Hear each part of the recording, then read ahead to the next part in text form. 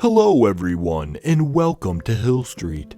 Today's story is The Kid in My Class.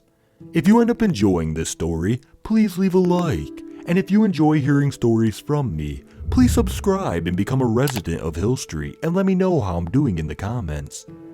Now, let's get to this nightmare. I'm sure we all have that one kid in our class that is a little bit off. The guy who stares a bit too intensely, seldom speaks, and was treated like he was invisible. Well, I knew someone like that, and he sat next to me to make things worse. His name was Andrew, and he was a really strange kid, always doodling strange things in his notes and muttering under his breath. Even the teachers usually left him alone in class, not wanting to talk to him. I don't know what got over me one day. I must have been off my medication that day. Otherwise, I wouldn't have done something that stupid. What did I do? Well, I tried to talk to the kid. He dropped his pencil one day while doodling on the break, and I picked it up before grinning at him and introducing myself. "Hiya, you're Andrew, right?" I said, trying to sound as friendly as possible. "I'm Aubrey. Nice to meet you." Andrew stayed quiet for almost a minute, and I thought he wasn't going to reply at all. Well, the kid never spoke, and nobody ever spoke to him, so it must have been strange that someone had talked to him. I simply placed the pencil on his table and returned to revising for the next class. You can imagine my surprise when I heard a quiet voice from my side. Thank you." It was Andrew. I looked at him, and he was off doodling again. I wasn't sure what came over me, but I promised myself to start befriending him from that point on. I wasn't sure why. Maybe because he reminded me of myself a few years back. See, I was bullied a few years back. Of course, as I grew up and started to stand up for myself, the bullying stopped, but still, I understood what it meant to be nothing. I guess I felt pity. After deciding to befriend Andrew, every single day I would greet him. In the beginning, Andrew would avoid me, but after a few weeks of attempting to talk to him, he started to greet me back, and soon enough, he would greet me first. I would be lying if I said I wasn't happier with him. Yes, I had friends, like you, but I joined my friend group much later than the rest, so I always felt like I didn't belong with them. Andrew, on the other hand, made me feel like I belonged with someone, like Andrew needed me. It was a good feeling, to say the least. At least it was at the beginning. Things started to get strange when Andrew wouldn't leave me alone at all. To add to it all, he would get violent if I ever tried to ask him to leave me alone. Even now, as I'm writing this, there's bruises on my wrist from when he grabbed me and started to pull me along with him. Andrew was dangerous.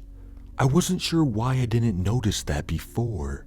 He gave off all the wrong vibes, yet I ignored them and decided to hang out with him.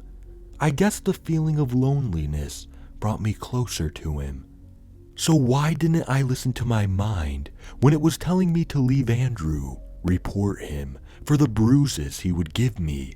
After a little bit, we had fallen into a routine. I would wake up, walk to school with Andrew, have lunch with Andrew, go home with Andrew, study with Andrew, and walk him home, rinse and repeat. That was the routine we had for months. I was completely isolated from my old friends. I wasn't allowed to see them anymore. If I even tried to, Andrew would threaten me. He would threaten me with either hurting me or himself. I always hated when he would threaten me with himself. That was the scariest. Why? Because I knew he would go through with it. Something was wrong with Andrew. No, there were many things wrong with Andrew. I should have stayed away from him. Maybe then I would have been able to stop the tragedy that happened next. That day started like any other. Andrew came over to my house, and I was ready to head out with him. I gave a hug to my little brother, and I was off. "Let's go out today," Andrew suggested. "A new cafe opened. It's gonna be my treat." Usually, I would agree, not wanting to anger him. But today, I couldn't. Why? Because it was a very special day. It was my friend's Nico's birthday, and I wanted to at least get him a gift.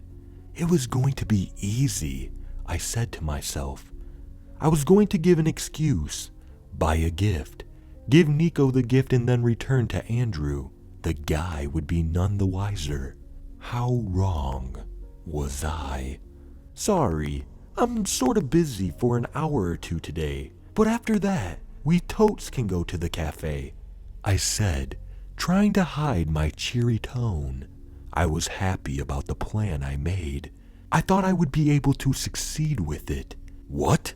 Almost immediately, it was clear Andrew was not satisfied with what I had just told him. That wasn't good. I just need to buy something. After that, we can hang out." I tried to excuse myself, but Andrew gripped my hand tightly. He was not letting go. "Then I'll come with. That's okay with you, right?" Andrew said, giving me a chilling smile. He knew, didn't he? He knew that I was going to give a gift to someone he told me to stay away from. Can't I just have a little bit of alone time? You're suffocating." But I kept that part to myself. I knew how he would react if I told that to him. "No." Andrew's reply was short, but it was clear what he meant. Maybe if I would have been smart, I would have given up the idea. Then Nico would still be here with us. He would be okay. After that, the day went on as normal. Andrew and I kept hanging out. The guy, like always, showed off his doodles, explaining each of them as I listened, not caring too much. It's not like he was a good artist. The doodles looked more like scribbles than anything else. Well, not like I was much better.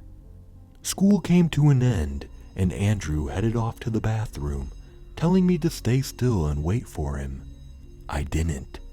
This was the chance I was looking for. I ran off the moment I thought he was gone. I thought things would be all right.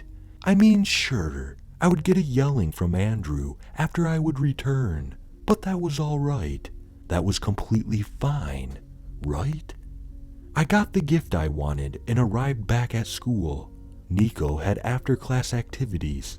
He usually stayed at his club room, even when the club was over, to clean up and take care of everything. He was just that kind of guy. When I arrived at the club room, the first thing I noticed was the stench.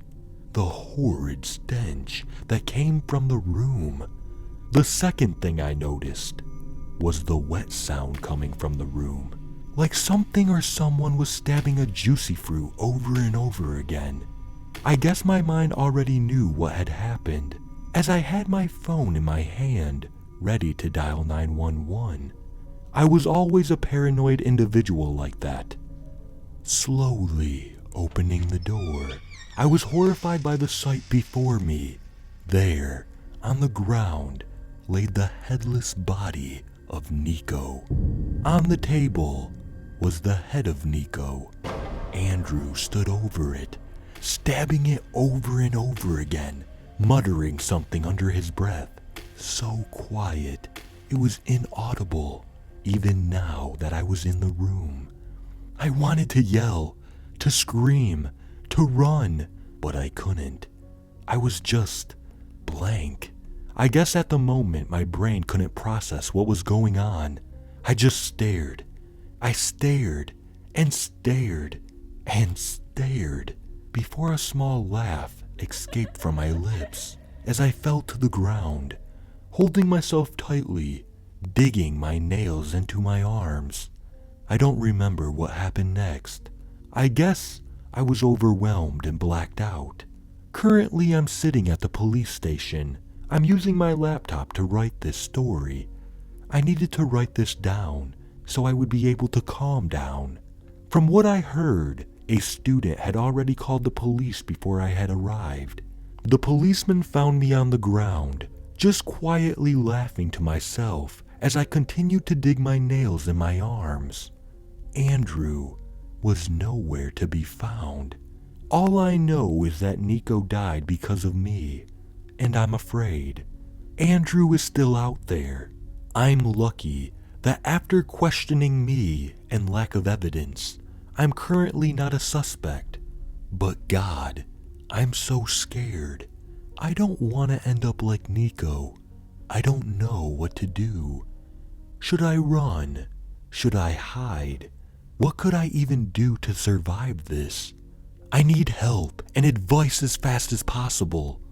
Please.